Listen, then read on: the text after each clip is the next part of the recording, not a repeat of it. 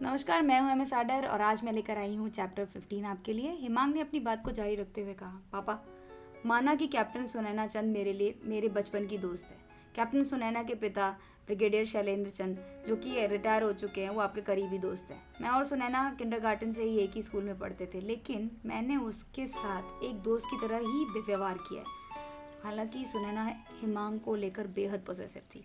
उसे हर कीमत पर हिमांग चाहिए और इसीलिए वो उसके साथ रहने के लिए ब्रवोरा टास्क फोर्स के एडमिनिस्ट्रेशन विभाग में अपने पिता की पहुंच से सिफारिश का इस्तेमाल करके आ गई थी। हिमांग ने अपने पिता को फ़ोन कॉल को ख़त्म करने के बाद अपने कमरे की लाइट बंद कर दी। फिर वो सोने चला गया।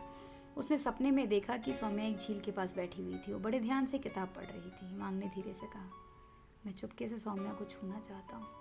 जैसे ही वो उसके पास पहुंचा, हिमांग ने परेशान होकर कहा, अरे सौम्या कहाँ चली गई? तभी अलार्म बजा और वो जाग गया। उसने अपने आप से कहा, सौम्या, जब भी मैं तुम्हारे पास जाता हूँ तुम मुझसे दूर क्यों चली जाती हो? Saumya, I love you. वहीं दूसरी ओर सौम्या दिन रात कुड़मा गांव में और उसके आसपास के गांव में सीएसआर एक्टिविटी के लिए अपने मेडिकल टीम के लगातार ट्रैवल कर रही थी। 2 दिन पहले सुबह 4 बजे वो एक बैग और सूटकेस के साथ अस्पताल की विशेष सीएसआर बस में चढ़ी। तब उसके साथ सहकर्मी जो बैठे थे वो आधे जाग रहे थे, क्योंकि सबको बहुत ज़ोर से नींद आ रही थी। उस समय पर हाल में उन्हें कुड़मा विलेज पे पहुंचना था। जैसे तैसे करके वो पहुंच भी गए। कुड़मा गांव शहर से बहुत दूर बसा हुआ था, एक ग्रामीण इलाका था। उस समय यात्रा करते समय सौम्या ने कहा, ये जगह धरती पर स्वर्ग है की तरह सुंदर है। कितना बेहद हरी भरी जगह है यार, मज़ा आ रहा है।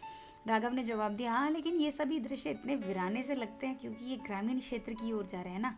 यहाँ आवागमन का साधन नहीं है, लेकिन यहाँ के लोग बेचारे बेहद गरीबी में जी रहे हैं। अरे यार, यहाँ तो मोबाइल का नेटवर्क भी नहीं है।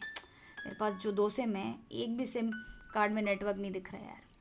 अंततः 5 बजे के बाद वे गांव पहुंच गए थे। उन सभी ने अपना सामान उतारना शुरू कर दिया। सभी मेडिकल कर्मचारियों ने ग्राम पंचायत के पुराने स्कूल में अपना टेंट और अस्थायी प्रतिष्ठान बनाना शुरू कर दिया।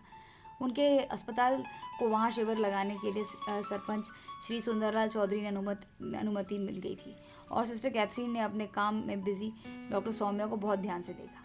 सिस्टर कैथरीन ने प्यार से कहा, डॉक्टर सौम्या, आप बहुत ज़्यादा सिंसियर हो यार।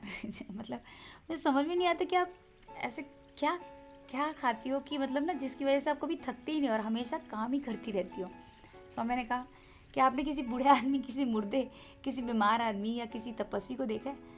अगर आप इन सभी को ध्यान से देखोगे ना, तो इस टेम्परेरी दुनिया के बारे में सोचोगे और आपकी सारी जितनी काम वासना गायब हो जाएगी। काम वासना से मतलब यही जो है ना, काम, क्रोध, लोभ, मोह, ये सारे चक्कर हैं। चाहे कुछ भी हो जाए, हमें जीवन की सच्चाई का सामना करना पड़ता है यार।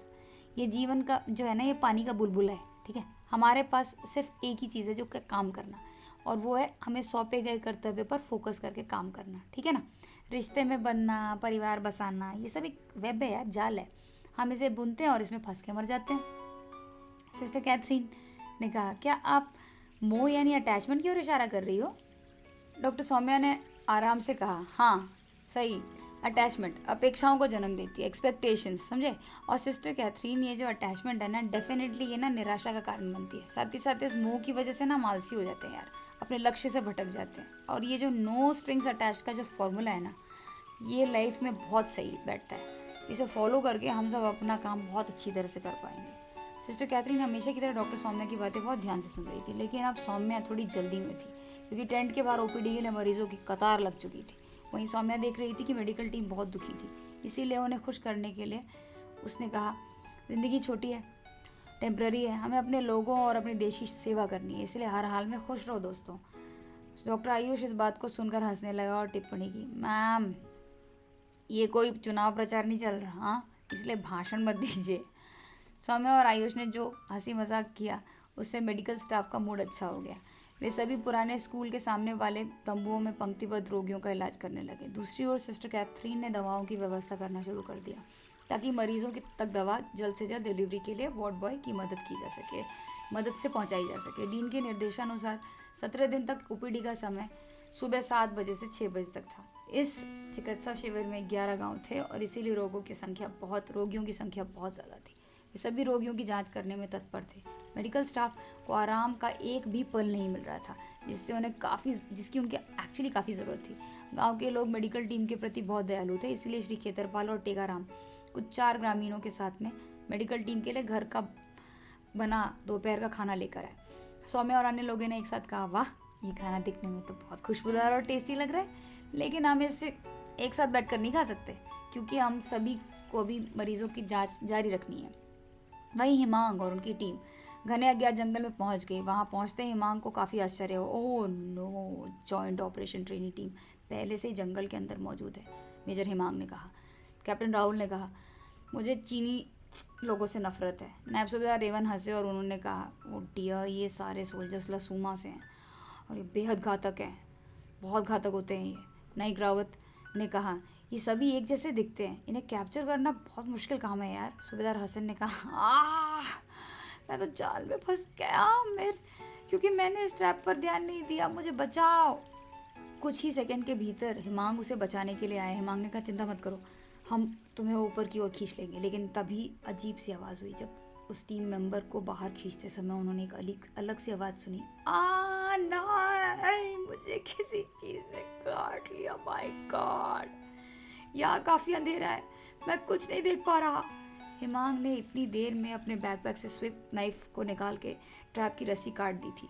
तभी हेडलाइट की मदद से हिमांग और सूबेदार वसंत ने देखा कि एक सोल्जर के साथ कुछ तो गलत हो गया था। किसी जानवर द्वारा काटे जाने की दर्द की वजह से नायिका मित, यह आवाज़ जो आई थी वो नायिका मित की थी।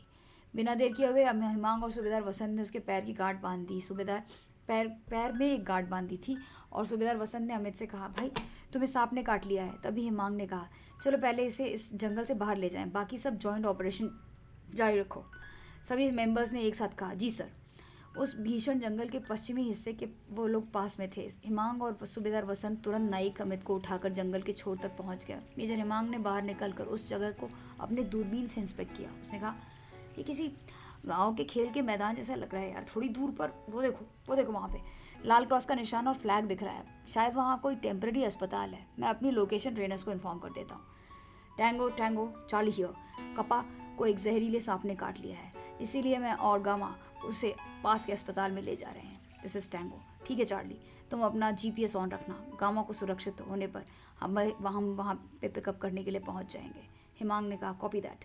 वे तीनों उस टेम्पररी हॉस्पिटल के लगभग 300 मीटर की दूरी पर थे। जैसे ही हिमांग और उसकी टीम के 2 मेंबर्स उस मेडिकल कैंप पहुँचे, डॉक्टर आयुष ने पूछा, क्या हुआ?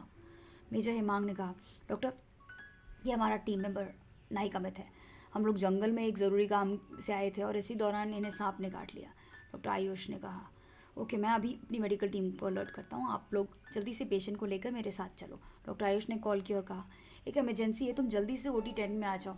इसके तुरंत बाद वे सब OT टेंट में पहुँचे।